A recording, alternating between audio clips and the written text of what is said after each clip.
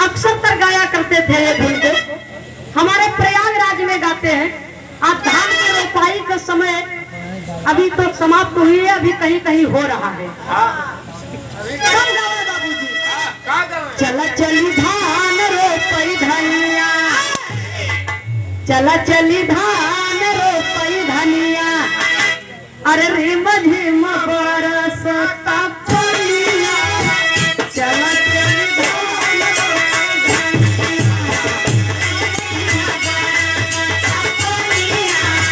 चला चली धान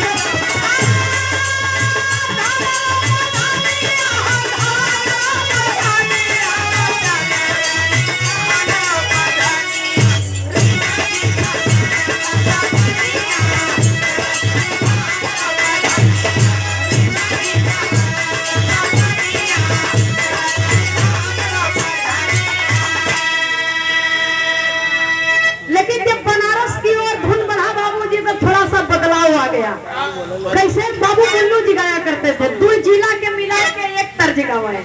कैसे गावा भैया हो?